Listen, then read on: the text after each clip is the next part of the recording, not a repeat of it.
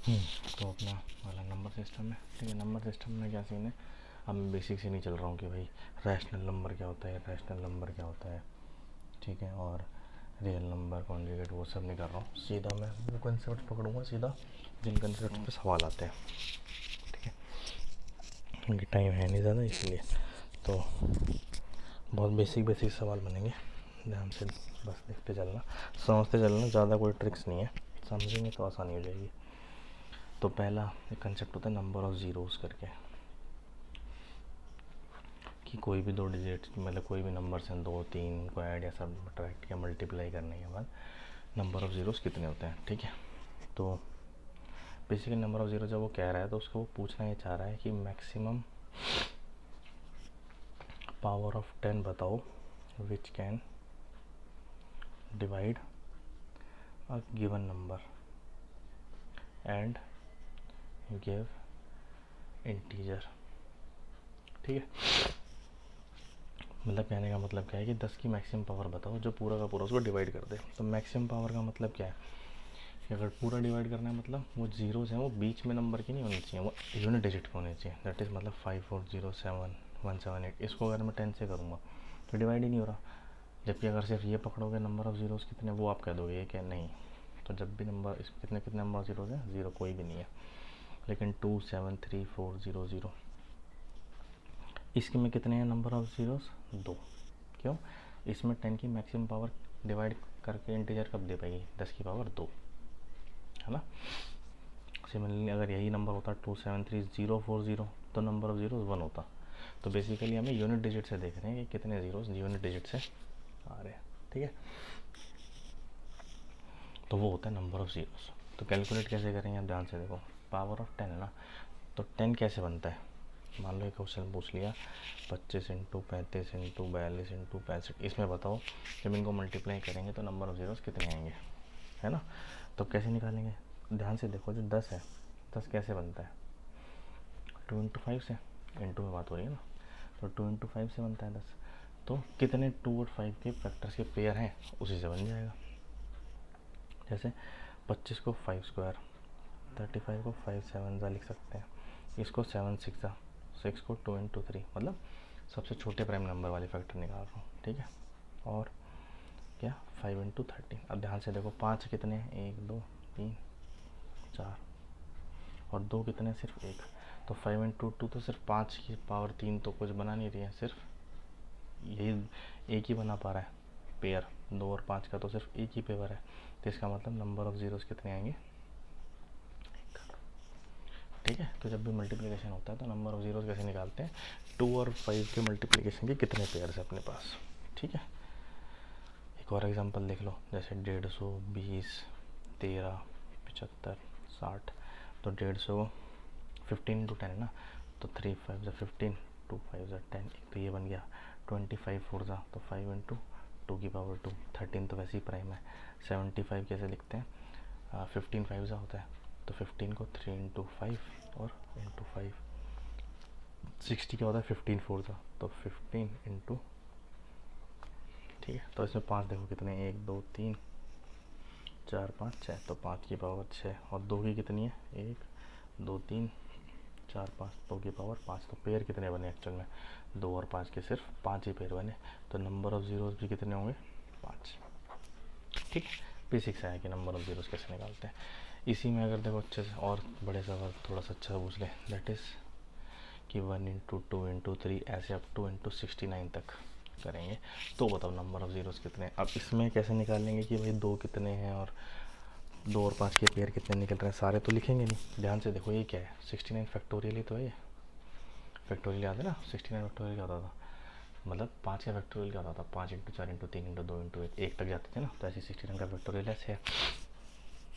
अब जो ध्यान से देखो एक बार कि 1 2 3 4 5 ऐसे करेंगे तो अपने को क्या चाहिए, नंबर ऑफ़ टूज़ और नंबर ऑफ़ फाइव्स। हमें क्या देखना होता है कि जो नंबर ऑफ़ 2 और 5 है इसमें सबसे कम कौन सा है, क्योंकि जो कम होता है वही डिसाइड करता है कि नंबर ऑफ़ ज़ीरोज़ कितने हैं, है ना। जैसे 5 की पावर 6, 2 की पावर 5 थी, तो 2 की पावर कम थी, तो इसने ये डिसाइड हुआ ना पेयर कितने हैं। तो ध्यान से देखो, अगर कोई फैक्टोरियल लेते हैं तो 5 कितनी बार आता है सोचो, 5 10 15 20 ऐसे आता है, जबकि 2 टू के फैक्टर कितने आएंगे, 2 में भी है, 4 में भी है, 6 में भी है, 8 में भी है और 10 में भी है। तो बेसिकली जनरली फैक्टोरियल में क्या होता है, जो नंबर ऑफ़ टूज़ हैं वो हमेशा ज़्यादा रहेंगे नंबर ऑफ़ 5 से जनरली, ठीक है। तो इस केस में जो लिमिटिंग फैक्टर है वो क्या हो गया, नंबर ऑफ़ 5। अब नंबर ऑफ़ 5 कितने हैं कैसे निकालें, प्राइम फैक्टराइजेशन कर लो,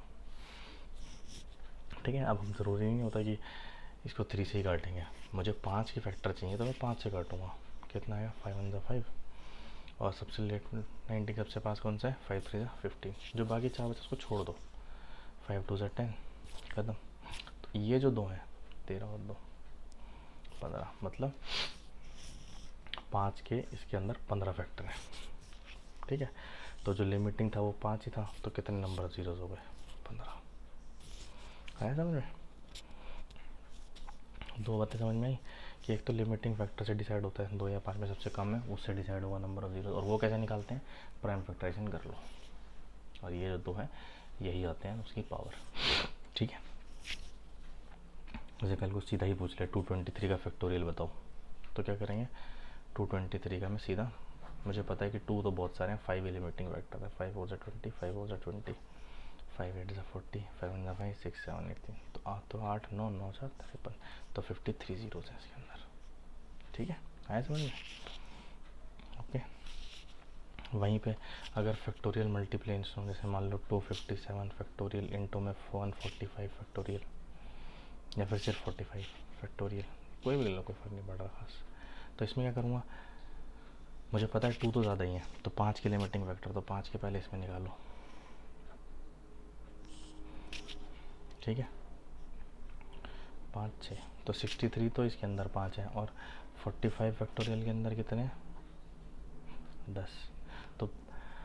तो 63, तो 5 इसमें आ गए, 10 इसमें आ गए, तो टोटल कितने हुए 73, और 2 की तो भरमार है, 2 तो फैक्टर दुनिया भर के इसमें है ना।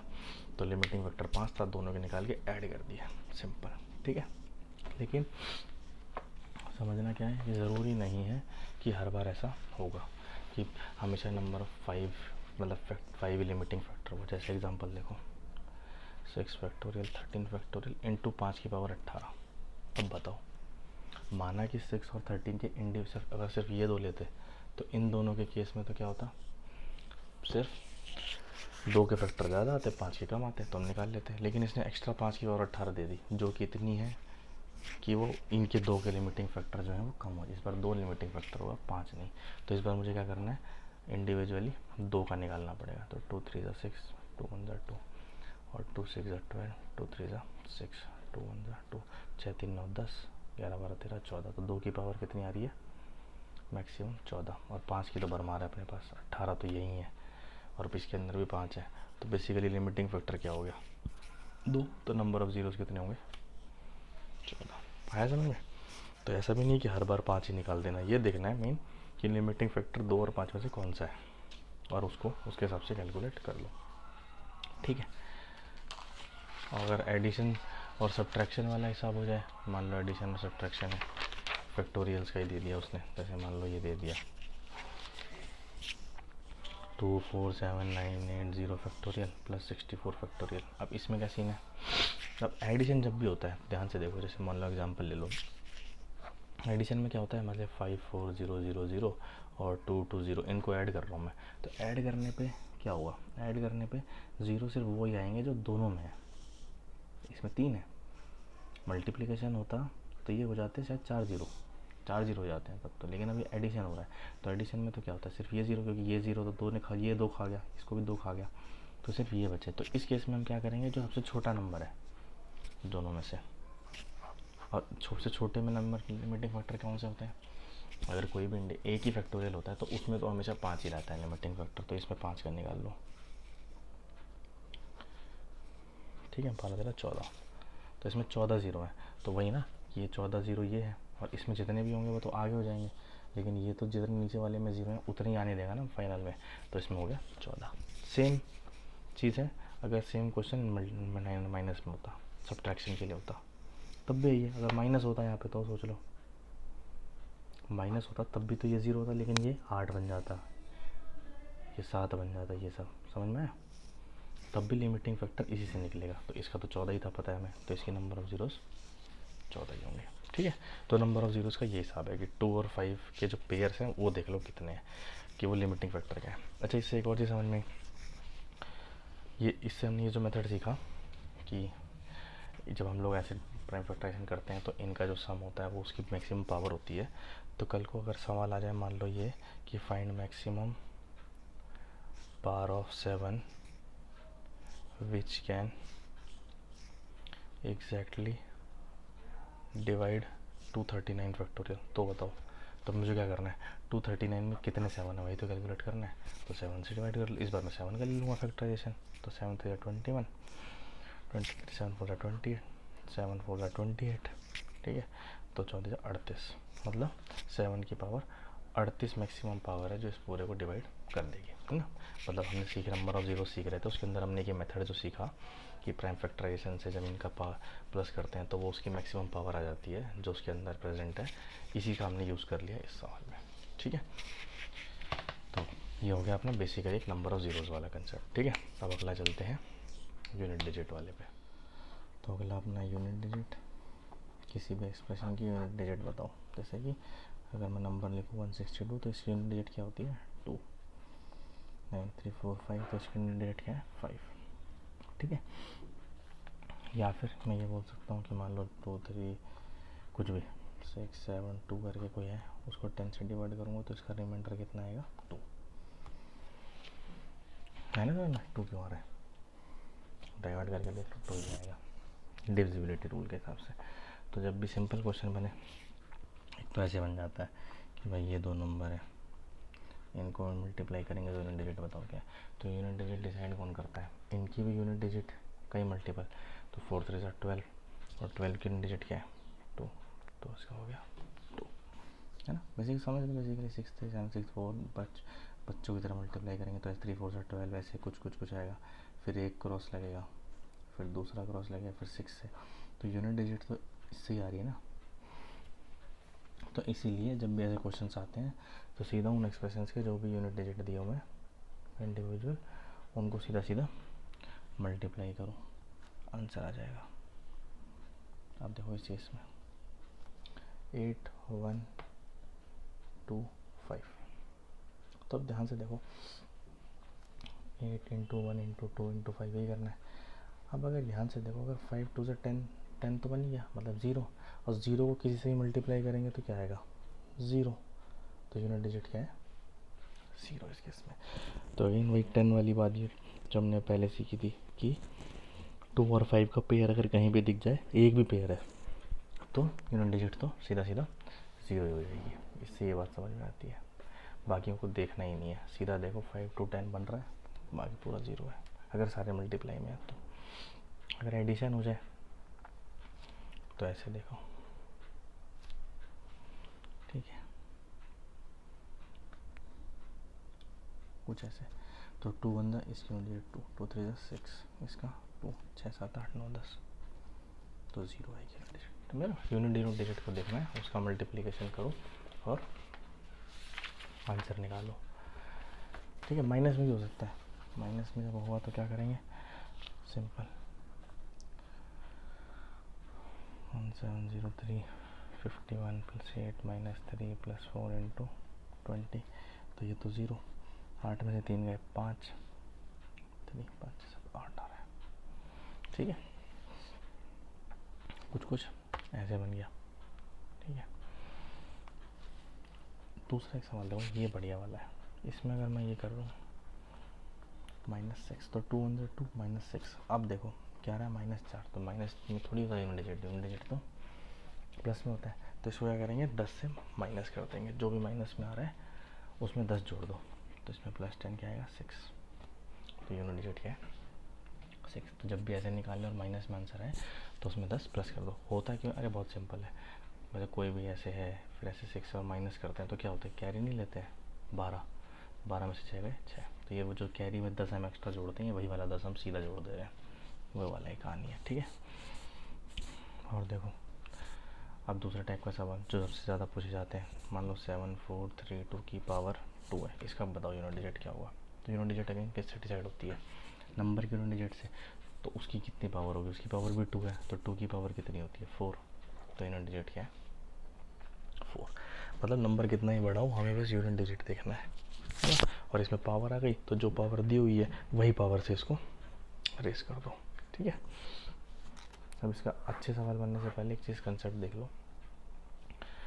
साइक्लिसिटी का कंसेप्ट होता है, क्या होता है कि जैसे मान लो 5 है, 0 1 5 6, इनका क्या होता है, इनको किसी भी पावर पे रेस कर दो, इनकी यूनिट डिजिट हमेशा सेम आएगी, वो खुद नंबर है ना। 1 का तुम्हें पता है, 1 की पावर कितनी भी हो 1 ही होता है, 0 की पावर कितनी हो 1 ही होता है, लेकिन 5 की पावर कितनी भी हो ये 1 ही कैसे होगा, देखो 5 की पावर 1 तो 5 है, 5 का स्क्वायर 25, 5 का क्यूब 125, ठीक है। इसको 5 से करो तो 725, तो हमेशा यूनिट डिजिट 5 ही आएगी, ठीक है। 6 का भी सेम हिसाब होता है, 6 की पावर 1 6, 6 का स्क्वायर 36, 6 का क्यूब 216, इसका भी हमेशा 6 ही रहेगा। तो 0 1 5 6 ये वो नंबर्स हैं जिनको किसी भी पावर पे रेस करो, इनके यूनिट डिजिट हमेशा सेम आएगी, कौन सी, वही नंबर खुद, ठीक है। दूसरा तो बचे कौन से, एक दूसरा स्लॉट होता है 2 3 7 8, इनका क्या हिसाब होता है, इनकी जो यूनिट डिजिट है वो रिपीट होती हैं किसी साइकिल में, ठीक है। ध्यान से देखो, मैं 2 और 3 का एग्जांपल दिखाता हूँ। 2 की पावर 1 2, 2 का स्क्वायर 4, क्यूब 8, 16 32, 5 हो गया 6, 64 7, 128 8, 216। अब इसमें देखो यूनिट डिजिट 2 4 8 6, 4 तक को ये फिर उसके बाद फिर 2 4 8 6, तो ये क्या हो रहा है, साइकिल में रिपीट हो रहा है 2 4 8 6 का यूनिट डिजिट, कि जब 1 आएगा पावर तो ये 2 ये 3 ये 4 ये, फिर अगेन 1 2 3 4 ऐसे रिपीट हो रही है। सिमिलरली 3 के केस में भी होता है, 7 के केस में भी होता है, 8 के केस में भी होता है यही। तो इसमें क्या करना होता है, इसमें क्या करते हैं, जो भी पावर n है 2 3 7 8 है, इसकी जो भी पावर n है और उसका हमें निकालना है, तो उसकी पावर को डिवाइड करो 4 से, ठीक है, डिवाइड कर दो 4 से, और जो रिमाइंडर आ रहा है, जो भी रिमाइंडर आ रहा है वो उसकी एक्चुअल पावर है, ठीक है। 4 से क्यों डिवाइड कर रहे हैं, क्योंकि 4 की साइकिल में रिपीट हो रहा है ना, ठीक है। जैसे मान लो 2 की पावर यहाँ पे 3 थी, तो 4 से डिवाइड करेंगे तो रिमाइंडर 3 आएगा, तो या फिर जैसे मान लो कल को पूछ लिया 2 की पावर बताओ 37, ठीक है, तो मैं इसको 4 से डिवाइड करूँगा, कितना आएगा 4 9 36, रिमाइंडर क्या आ गया 1, तो मैं क्या 2 की पावर 1 कितना होता है 2, ऐसे करूँगा। बेसिकली मैं वही देख रहा हूँ ना, जो भी नंबर है वो कौन से 2 की जब इसको डिवाइड करेंगे तो कौन सी पावर आएगी, ये जो 4 साइकिल में रिपीट हो रहा है इसमें से कौन सा वाला है, तो उसको 4 से डिवाइड करके ही तो निकाल पाऊँगा, समझे। तो हमेशा जब भी ऐसा केस हो तो उसकी पावर को डिवाइड करो 4 से, जो भी रिमाइंडर आ रहा है उससे उसकी पावर मान लो रिप्लेस कर दो, ठीक है। और एक चीज़ में हमेशा ध्यान रखनी है कि अगर रिमाइंडर कुछ नहीं आ रहा, अगर रिमाइंडर 0 आ रहा है, ठीक है, इफ़ रिमाइंडर इज 0, तो जो पावर है वो 4 हो जाती है, ठीक है। और 2 नंबर बच गए इसमें, तो 0 1 5 6 2 3 7 8 बच गए 4 और 9। 4 और 9 क्या है, इनका क्या होता है, अगर पावर ऑड है तो 4 ही रहेगा, सिमिलरली 9 की ऑड है तो 9 ही रहेगा, लेकिन अगर इवन है पावर तो 6 हो जाता है, और इसकी इवन है तो 1 हो जाता है, ठीक है। नहीं भी आता तो कॉमन उसमें निकाला जा सकता है, कोई इसमें कोई इतनी बड़ी ट्रिक नहीं है, ठीक है। तो इस ऐसे सवालों को में से कोई एग्जाम्पल ले लेते हैं। मान लो 382 की पावर 42, अब इसकी यूनिट डिजिट निकालो, तो मैं क्या करूँगा भाई 2 3 0 1 5 6 है नहीं, अगर वो होता तो वही होता 2 3 7 8 वाले स्लॉट में 2, तो 42 को करूँगा 4 से डिवाइड, रिमाइंडर बचा तो 2 की पावर 2 कितना होता है 4, तो यही है अपना यूनिट डिजिट। आया समझ में कैसे करा हमने। दूसरा एग्जांपल ले लो, 273 की पावर मान लो 471, इस यूनिट डिजिट बताओ, तो पहले तो 471 को मैं 4 से करूँगा, तो 4 1 4 1 4 5 7 31 28 20 31, तो रिमाइंडर कितना आ रहा है 3, तो 3 की पावर 3 का क्या होता है 27, तो 7 आता था यूनिट डिजिट, 6 हो 7। ठीक है, आया समझ में कैसे करना है? ये वाला गेम है, यही खेलना है। ठीक है, अब इसमें एक और चीज़ है, अगर मान लो बहुत गंदा सा कुछ दे दिया कि 472 की पावर 83944742, अब बताओ भैया इसके यूनिट डिजिट तो क्या करेंगे? अब मैं इस पूरे को तो डिवाइड करना बैठूंगा क्या? डिवाइड बाई 4 नहीं, मुझे तो रिमाइंडर से मतलब है, तो रिमाइंडर तो कैसे निकलेगा? डिविजिबिलिटी देख लूँगा। डिविजिबिलिटी रूल क्या होता है 4 का, कि जो लास्ट के 2 डिजिट है वो पूरी डिवाइड होनी चाहिए। अगर वो डिवाइड नहीं हो रही है तो जो बच रहा है वही रिमाइंडर है। तो देख लो इसमें मैं सिर्फ 42 को करूँगा तो रिमाइंडर आ रहा है 2, तो 2 की पावर 2 इज़ 4, ख़त्म। मतलब रिमाइंडर 2 था ना, तो जो भी यूनिट डिजिट थी उसको उसी पावर से रेज कर दिया, तो 4। ठीक है, ऐसा कुछ नहीं भी पता होता डिविजिबिलिटी रूल तो मैं पूरा करता तब भी रिमाइंडर 2 ही आ रहा होता। ठीक है, लेकिन अगर मेरे को पता है डिविजिबिलिटी रूल 4 का ही होता है तो ये कर दूँगा मैं। ठीक है, वो जान पूछ कैसे गंदे से देगा ताकि हम कंफ्यूज हो जाएं। ठीक है, जो 0 वाला बता रहा था उसका भी एग्जांपल देखो, 473 की पावर 8390120। तो इस केस में क्या करूँ? लास्ट के 2 डिजिट पकड़ने हैं, इसको करूँगा रिमाइंडर आ रहा है 0। मैंने क्या बोला था, जब रिमाइंडर 0 आए तो पावर को 4 मान लेना है, तो 3 की पावर 4, तो 3 की पावर 4 क्या होती है? 1, मतलब 81 आता है तो 1 ही आएगा वो यूनिट डिजिट, तो कितनी हुई? 1। ठीक है, ध्यान रखना है, बहुत लल्लू से सवाल बनते हैं और पक्का होने ही होने होते हैं ये। ठीक है, और अच्छा फैक्टोरियल की पावर अगर कर दे तो ठीक है, जैसे मान लो 37289 की पावर 123 फैक्टोरियल, इसमें क्या होगा? अब ध्यान से दो, फैक्टोरियल अगर मान लो 4 से ज़्यादा है, जैसे मान लो 1 का 1 का फैक्टोरियल 1 ही होता है, 2 का फैक्टोरियल 2 × 1, 3 का, 4 का, 5 का। ध्यान से देखो 5 फैक्टोरियल क्या है? 5 × 4 फैक्टोरियल ही तो है, तो मतलब 4 से ऊपर जो भी फैक्टोरियल है वो तो 4 से पूरा डिवाइड होगा ही होगा, है ना? मतलब इसको मैं 4 से डिवाइड करूँ 4 से तो हो ही जाएगा ना, तो रिमाइंडर तो कुछ बचना है नहीं। तो जब भी कुछ फैक्टोरियल में दे रखा हो जो कि 4 से बड़ा हो तो उसमें तो ऑटोमेटिकली मान लो कि वो रिमाइंडर 0 ही आएगा 4 से डिवाइड करने पे, और चुपचाप उसकी पावर को 4 पे रेस कर दो, 9 की 1 पावर मतलब यूनिट डिजिट 1। समझ में आया कि जब भी ऐसे कुछ पावर फैक्टोरियल में दे रखी हो तो घबराना नहीं है। फैक्टोरियल में दे रखी है तो फैक्टोरियल देखो 4 से बड़ा है, 4 से बड़ा है इसका मतलब वो 4 से तो डिवाइड होगा ही होगा, जो रूल कहता है कि इसको 4 से डिवाइड करना है ना पावर को, तो पावर फैक्टोरियल है 4 से बड़ी है तो मतलब 4 से डिवाइड होगा ही होगा, मतलब रिमाइंडर आएगा 0। और जब भी रिमाइंडर 0 आता है तो यूनिट डिजिट की पावर को 4 से रेस कर देते हैं।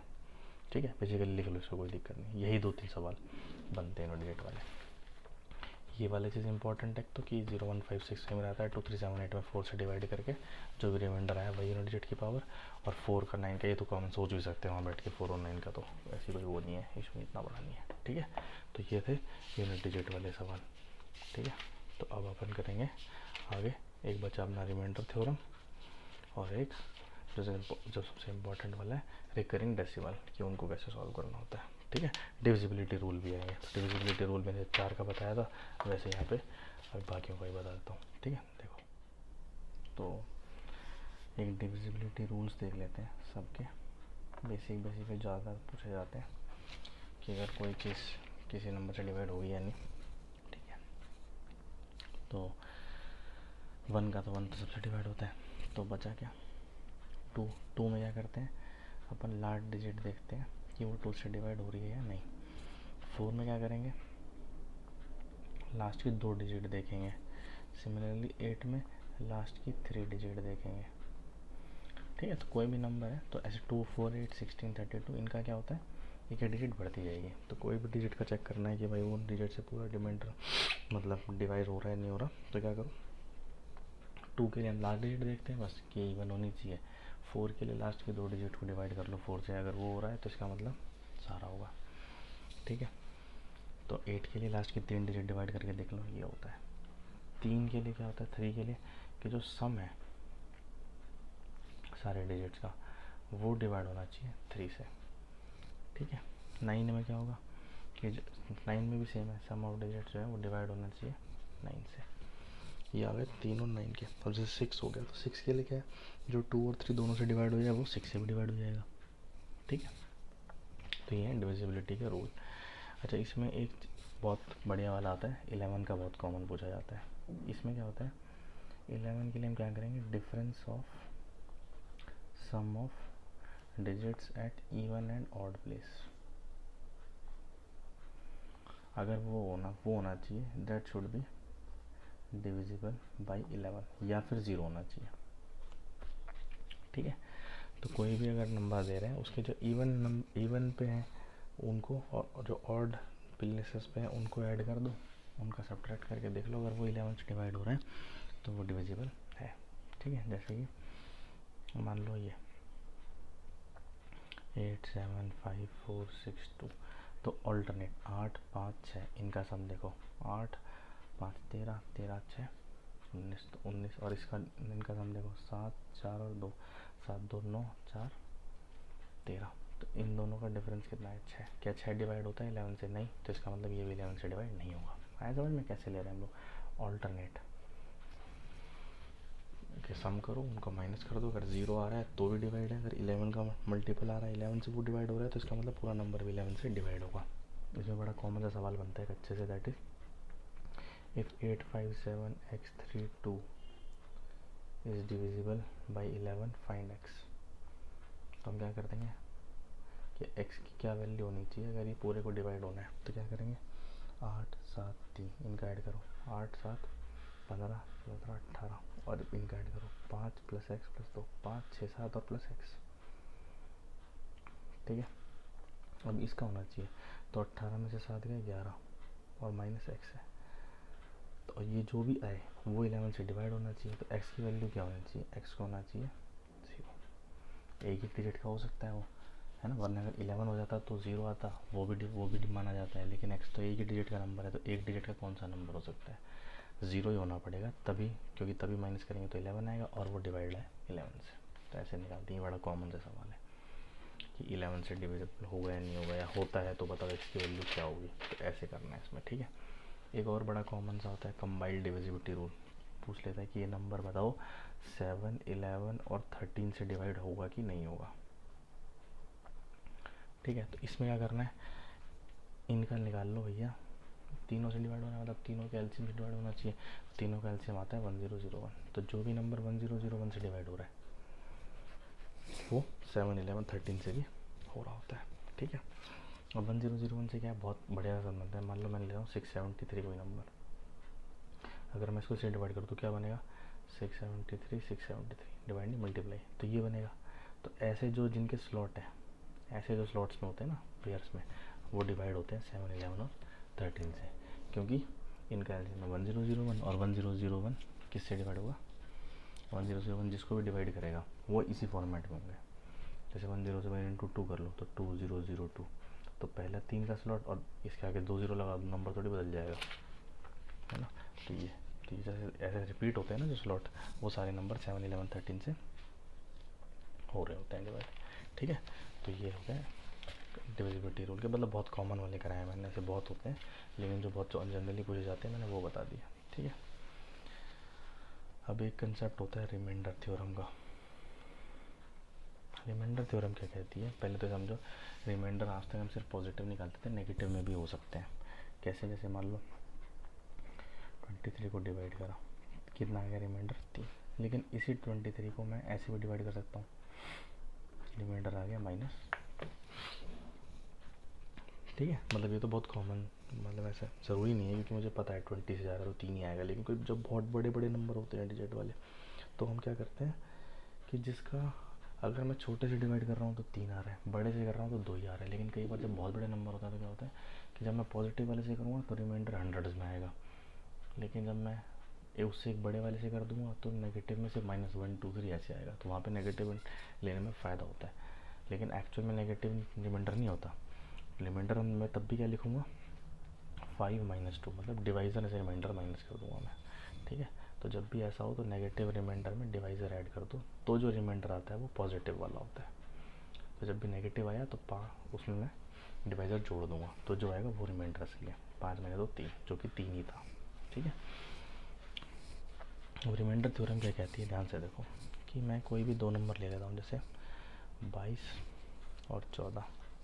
ठीक है, अब मैं बोलता हूँ कि भैया बताओ 22 + 14 / 6, इसका रिमाइंडर बताओ। तो मैं क्या कर सकता हूँ, बहुत सिंपल एग्जांपल ले रहा हूँ समझाने के लिए सिर्फ। तो ये 36 आ गया, तो रिमाइंडर कितना है 0, क्योंकि डिवाइड हो जाता है ना 6 से 36। लेकिन मैं इसको एक और तरीके से कर सकता हूँ, देखो 22 + 14/6 को वैसे लिख सकता हूँ, ठीक है। अब इसका काट को देखो, इसका रिमाइंडर कितना आएगा, 6 3 18, 19 20 21, तो इसका रिमाइंडर बच रहा है 3, 6 2 12 13 14, कितना रिमाइंडर बच रहा है 2, सॉरी 4 बचेगा ना, हाँ 4 आएगा, और 12 13, तो कितना है रिमाइंडर 6, मतलब रिमाइंडर का सम कितना आ रहा है 6। इसको भी मैं 6 से कर दूँगा रिमाइंड, तो रिमाइंडर कितना आएगा 0। यही है बस रिमाइंडर थ्योरम, ठीक है। थ्योरम ऐसे कुछ बहुत बड़ी चीज़ नहीं है। ये का कहने का मतलब क्या है कि जब n1 + n2/6 करूँ, मतलब n1 + n2 डिनोमिनेटर करूँगा, तो जो रिमाइंडर आएगा वो भी वही रिमाइंडर होगा जब मैं n1/d को रिमाइंडर को और n2/d का जो रिमाइंडर है तो उसको भी अगर d से करूँगा तो भी सेम रिमाइंडर आएगा। बस ये समझ में आई बात। इंडिविजुअल रिमाइंडर निकाल दिया, उनका जो भी एडिशन सब्ट्रैक्शन को जो मल्टीपल जो भी बोला था उसको करके अगर मैं उससे मैं ओरिजिनल वाले से कर दूँ तो भी सेम रिमाइंडर आएगा, ठीक है।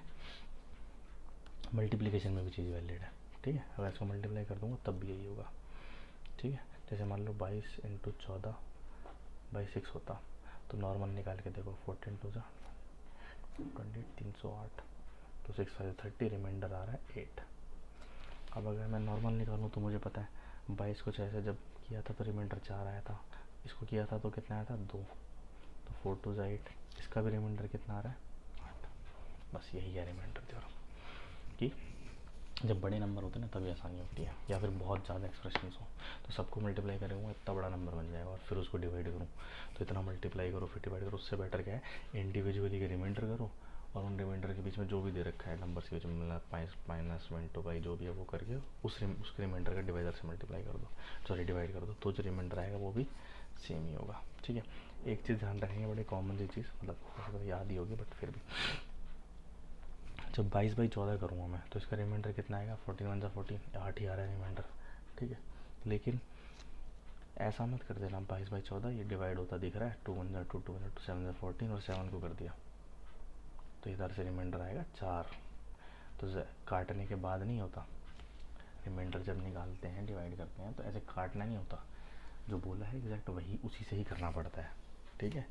मतलब बहुत सिली मिस्टेक है लेकिन बहुत फ्लो में कई बार हो जाती है, ठीक है। अच्छा इसमें एक फैक्टोरियल वाला बनता है, जैसे देखो मान लो बोल दिया 1 फैक्टोरियल 2 फैक्टोरियल 3 फैक्टोरियल 4 फैक्टोरियल, ऐसे so on up to 99 factorial है। इसको ओपन कर रहे हैं 12 से डिवाइड, तो रिमाइंडर बताओ। अब ध्यान क्या देंगे, 1 फैक्टोरियल 1 ही होता है, 2 का फैक्टोरियल 2, 3 का फैक्टोरियल 6, 4 का 24, 5 का 120 एंड सो ऑन 12 से डिवाइड।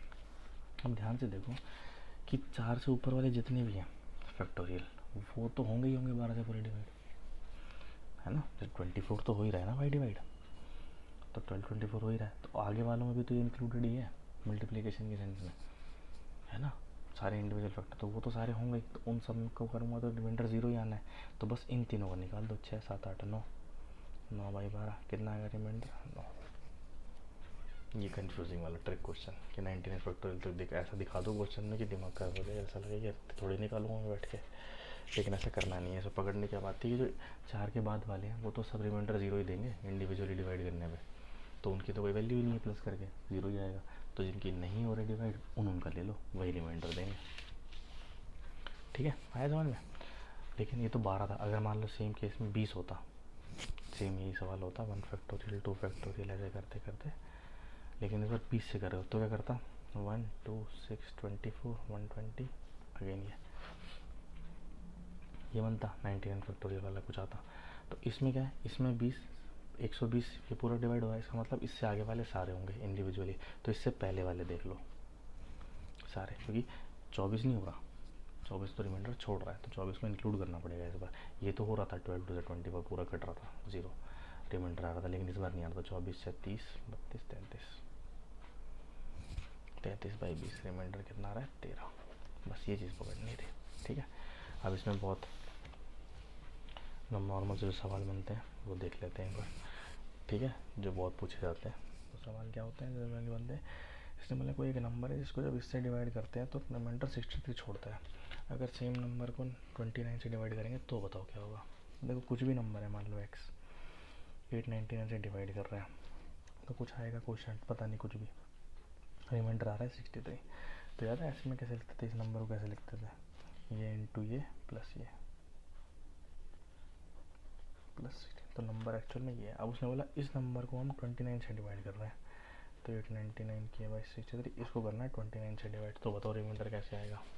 तो ध्यान से देखो, जो प्लस वाला सीखा हमने ऊपर, इंडिविजुअली डिवाइड करेंगे, इसको इससे डिवाइड करेंगे तो हमें पता है कि के चाहे कुछ भी हो, लेकिन 29 इससे पूरा डिवाइड हो रहा है, 29 31 का होता है ये, मतलब बेसिकली डिवाइड करके देख लेना, कोई दिक्कत नहीं है, तब भी पता चलेगा पूरा कट रहा है। मतलब ये अगर इससे पूरा कट रहा है तो के कुछ भी हो कोई फ़र्क नहीं पड़ता, इस पूरे टर्म का तो रिमाइंडर 0 ही आएगा ना, समझ में। जैसे मान लो 6 इंटू कुछ भी है 370 367 अपॉन, मैंने बोल दिया बताओ कि 3 से डिवाइड होगा या नहीं होगा।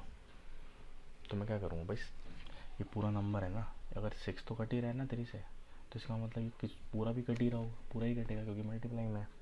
तो सिमिलरली के कुछ भी हो, अगर 29 इसको पूरे को काट रहा है तो इसका तो पूरे का रिमाइंडर आ गया भैया 0। तो अपने को बस क्या देखना है, इसको काटने पे क्या रिमाइंडर आ रहा है, 29 को 63 से काटने पे क्या आ रहा है, तो वो आएगा रिमाइंडर 5, 29 2 से 58 होगा ना, तो इसका रिमाइंडर 5 आ रहा है, तो इसका रिमाइंडर 0, इसका 5 अपॉन 29, तो जब 29 करेंगे तो भी 5 ही आएगा, है ना, समझ में आया मेरी बात। तो इस के से कोई खास फर्क पड़ नहीं रहा। लेकिन अगर ये ना हो डिवाइड नीचे वाले से, तो क्या करेंगे, जैसे देखो एक नंबर को 112 से डिवाइड करते हैं, 21 रिमाइंडर छोड़ता है, तो नंबर क्या हुआ 112 इंटू के प्लस 21, इसको 19 से करना है डिवाइड। अब क्या करेंगे, अब जो फैक्टर हमें अवेलेबल है इस वाली टर्म में 112, वो तो 90 से जा ही नहीं रहा है ना, अब के हमें पता नहीं है, हो सकता है के डिवाइड हो रहा हो 19 से, ना हो रहा हो, तो इस केस में आंसर है कैन नॉट बी डिटरमाइंड, ऐसे में हम डिटरमाइन नहीं कर सकते हैं, ठीक है। अगर ये हो रहा होता कि 90 से, तो इस पूरे का रिमाइंडर 0, बस 21 से देखते 21 का कितना था रिमाइंडर 90 से डिवाइड करने पर 2। लेकिन वो जनरली ऐसे क्वेश्चन पूछेगा जहाँ पे ये पूरा डिवाइड हो रहा होगा, तो ऐसे क्वेश्चन को कैसे करना है वो मैंने बता दिया, ठीक है, आया समझ में। और देखो और क्या सवाल बनता है कि भाई 3 की पावर 172 को 2 से डिवाइड कर रहे हैं, रिमाइंडर बताओ। तो इसको लिखने का एक और तरीका हो सकता है, 2 + 1 कर सकता हूँ ना मैं उसको, पावर को देखेंगे भूल जाओ, तो जब इसको डिवाइड करूँगा तो रिमाइंडर 0, इसको करूँगा तो 1 ही आएगा, ठीक है। तो 1 की पावर कुछ भी हो 1 ही तो आएगा, तो रिमाइंडर क्या आएगा 1 आया समझ में।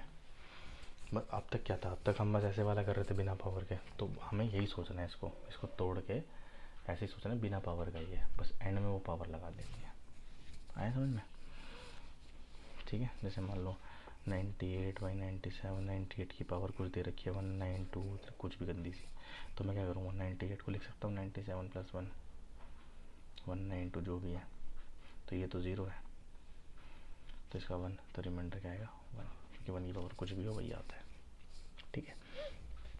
और क्या आता है 3 की पावर 162 अपॉन 162, इसका निकालो, तो क्या करूँगा, अब 162 तो नंबर बड़ा है, कट सकता है प्राइम प्राइम से, तो इसको मैं क्या कर लूँगा, ये बन रहा है 81 इंटू 3, सॉरी 2 इंटू 81, और 3 की पावर 4 भी 81 होता है, तो पता है ना पावर का प्लस होके बनता था,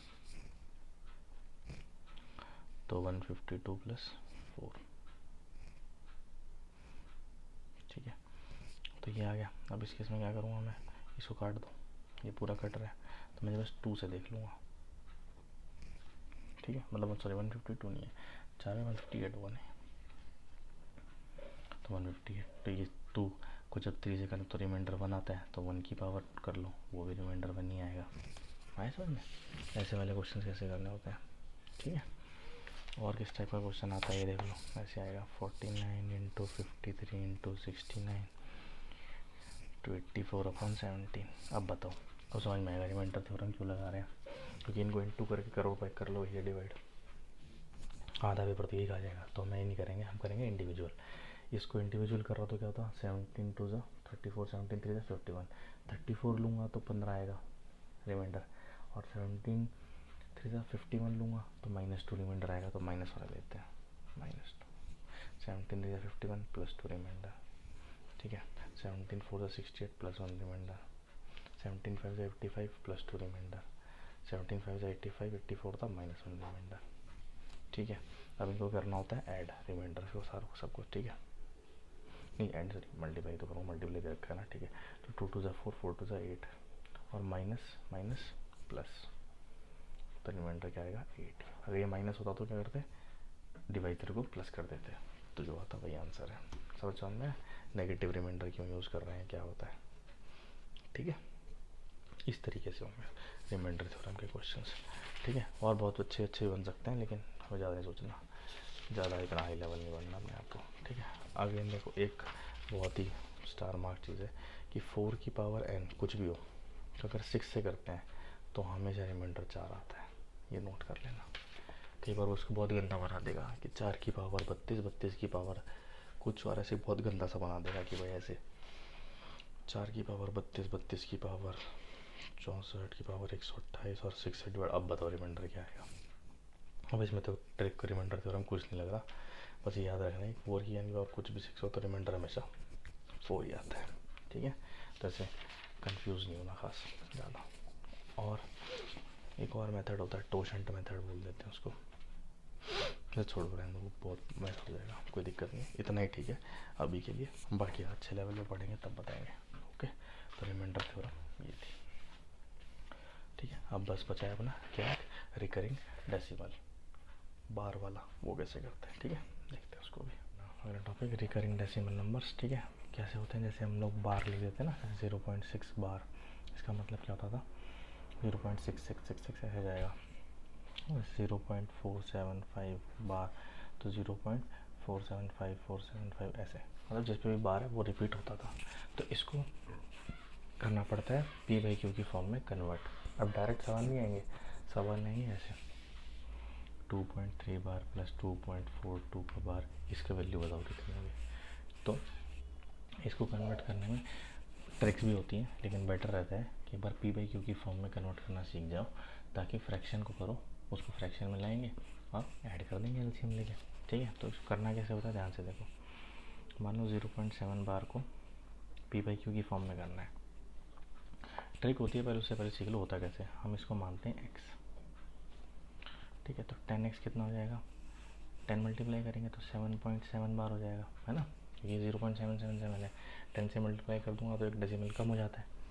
अब अगर मैं माइनस कर दूँ तो ये 9x बनेगा, इसको इससे माइनस कर दूँगा तो सिर्फ 7 बचेगा, क्योंकि 7 बार जितने भी 7 थे वो सब माइनस हो गए, तो x की वैल्यू कितनी आई 7/9, ठीक है। ये करते क्यों है, ये इसलिए करते हैं ताकि जो रिकरिंग वाली चीज़ है वो हम एलिमिनेट कर सकें माइनस करके, ठीक है, ओके।